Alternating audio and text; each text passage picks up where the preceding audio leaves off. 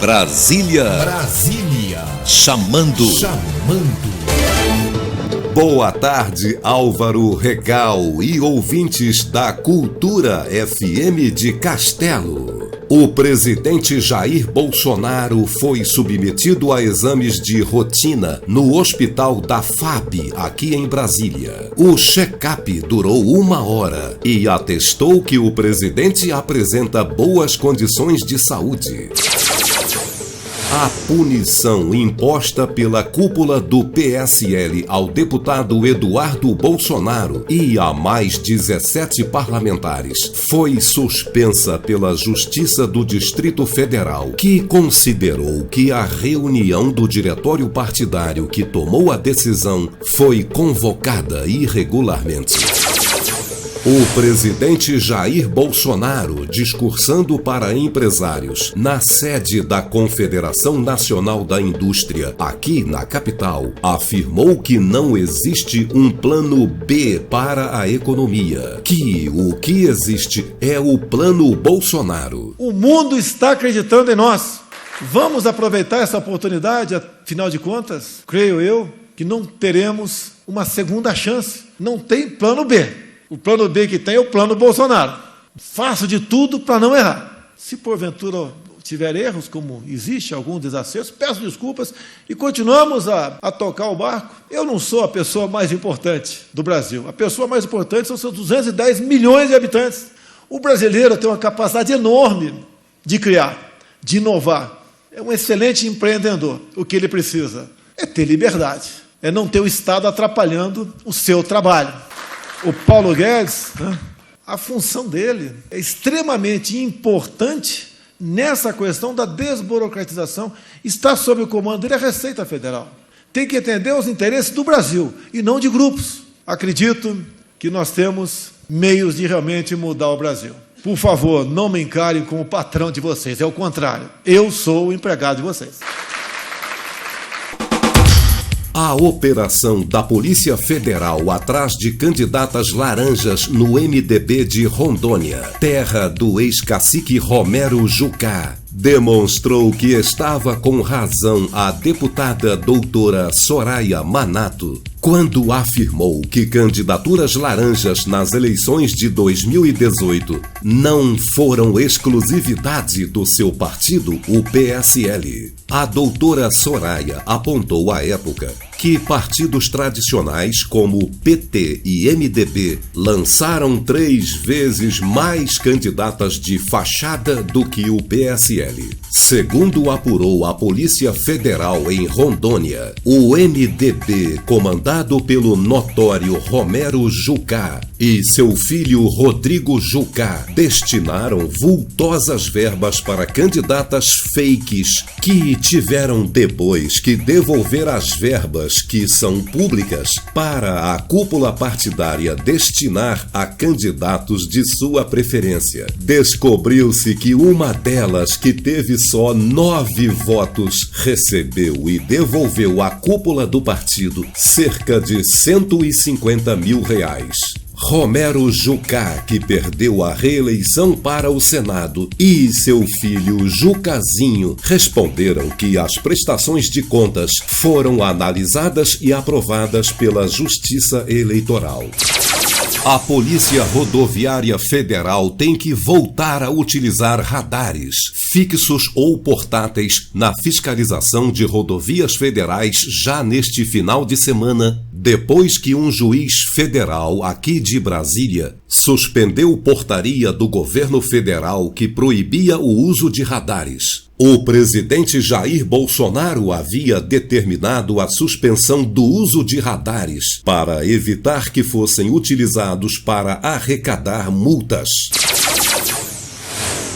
Para permitir a volta da prisão após condenação na segunda instância, a Comissão de Constituição e Justiça do Senado concluiu a votação de alteração no Código de Processo Penal, determinando que os condenados ficarão presos enquanto recorrerem à terceira e quarta instâncias da Justiça. Mas essa proposta dos senadores pode estacionar por aí, nem evoluir para o plenário da Casa. Isso porque o presidente do Senado, Davi Alcolumbre, prefere a proposta em debate na Câmara, que altera a Constituição e ele considera ter menos risco de ser contestada no Supremo Tribunal. Nessa disputa por protagonismo entre Senado e Câmara, prevê-se que nenhuma das propostas irá à votação antes de abril.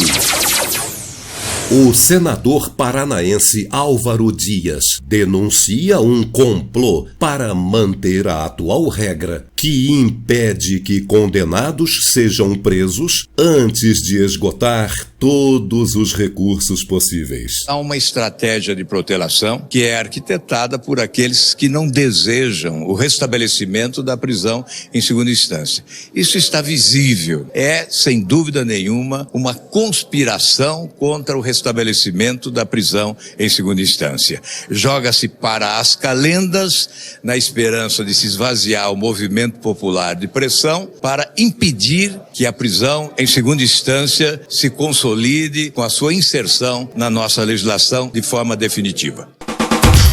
O ministro da Educação, Abraham Weintraub, foi convocado à Câmara para explicar a sua polêmica declaração de que existem plantações de maconha nas universidades federais. Perante os deputados de maioria de esquerda na Comissão de Educação, o ministro Weintraub disse que colheu essa informação no Google.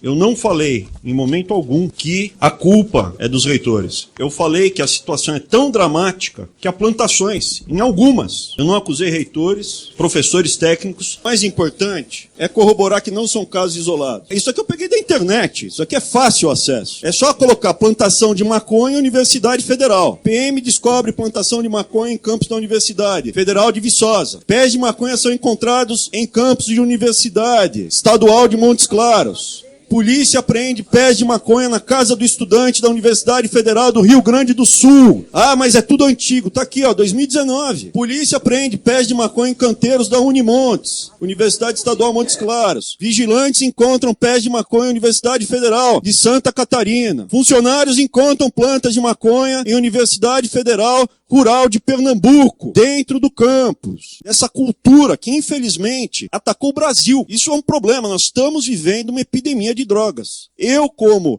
ministro da Educação, eu não tenho que ir atrás se alguém está usando drogas na casa dele. Agora, nos campi, nas escolas, o que eu quero para os filhos dos outros é o que eu quero para os meus filhos. Eu não quero esse ambiente para os meus filhos. Então, eu não quero para os filhos dos outros. Agora eu vou terminar aqui mostrando mais coisas graves que acontecem. Universidade Espírito Santo, traficante na Universidade da Bahia. Os deputados de oposição continuaram cobrando do ministro da Educação provas de que existe mesmo cultivo de maconha nas universidades federais e acusaram Abraham Weintraub de praticar má gestão no MEC e de não possuir projetos para a educação. O ministro, que passou 7 horas respondendo aos deputados, foi defendido pela deputada doutora Soraya Manato, que criticou seus colegas de esquerda por hostilizarem o ministro Abraham Weintraub. Ouvi vários deputados falando que o senhor não apresentou nenhum projeto, nada objetivo nesses 9 meses. Difícil, né, ministro? O senhor organizar um ministério que foi palco de roubalheiras durante tantos anos, porque ali rola muito dinheiro. A venda inescrupulosa de abertura de novas universidades, isso daí eles não olham, não. Então, em 9 meses, eles querem que o senhor faça o que não fizeram em tantos anos. Senhor ministro, eu sempre voto contra as convocações dos ministros. O que acaba acontecendo é isso daqui, esse palco de horrores que eles estão colocando a culpa no senhor. Eles convocam justamente para xingar, denegrir uma autoridade, porque eles não têm respeito, nem por nós, colegas, nem muito menos por vocês. Só perdeu tantas horas, só poderia estar no ministério resolvendo um grande problema, e o que nós chegamos de conclusão aqui? Nada. Nem o senhor, nem nós, que estamos aqui desde cedo sem almoçar, sem lanchar, sem fazer nada. Então eles querem isso, desestruturar o senhor. Mas o que mais mata essa turma é que o senhor se mantém firme. E o embate é de igual para igual. Por hoje é isso. Sigam com Álvaro Regal no Show da Tarde. De Brasília, José Carlos Gambarini. De segunda a sexta, neste horário, com exclusividade para a Cultura FM de Castelo. A líder de audiência em todo o sul do Espírito Santo.